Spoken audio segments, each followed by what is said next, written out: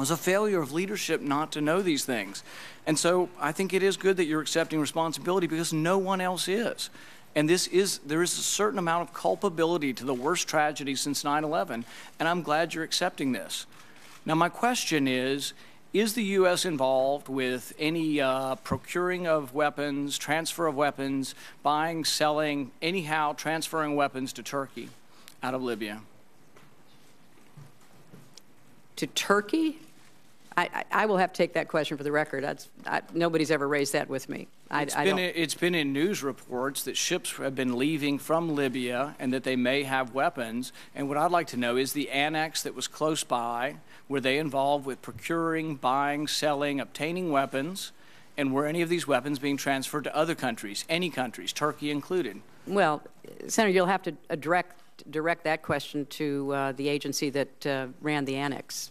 And I will see what information is available. And you're saying you don't know? I do not know. I don't have any information on that. And, you know, with respect to personnel, Senator, you know, first,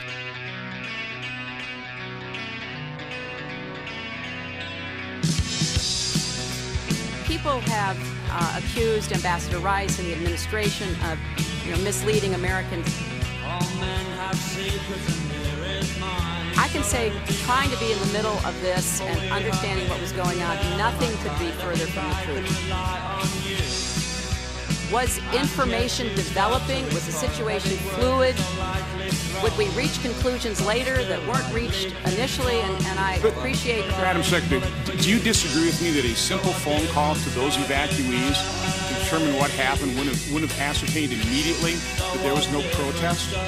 I mean, that was a piece of information that could have been easily obtained. Well, but Senator, within hours, if not days. Senator, you know, when you're in these positions, the last thing you want to do is interfere with any other process. That's, I realize that's number a good excuse. Number two, well, no, it's the fact. Number two, I would recommend highly you read both what the ARB said about it and the classified ARB, because even today there are questions being raised. Now, we have no doubt they were terrorists, they were militants, they attacked us, they killed our people. But what was going on and why they were doing what they were doing? No.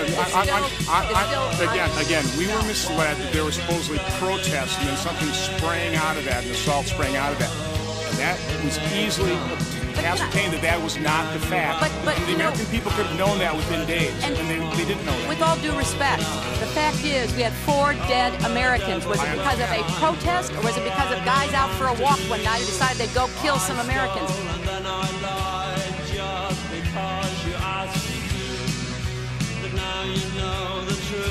What difference at this point does it make? What difference at this point does it make?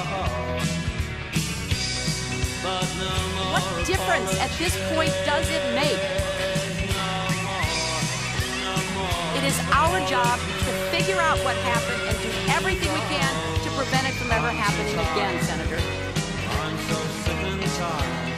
Now, honestly, I will do my best to answer your questions about this, but the fact is that people were trying in real time to get to the best information. The IC has a process, I understand, going with the other committees to explain how these talking points came out. But, you know, to be clear, it is, from my perspective, less important today, looking backwards, as to why these militants decided they did it, than to find them and bring them to justice, and then maybe we'll figure out what was going on in the meantime.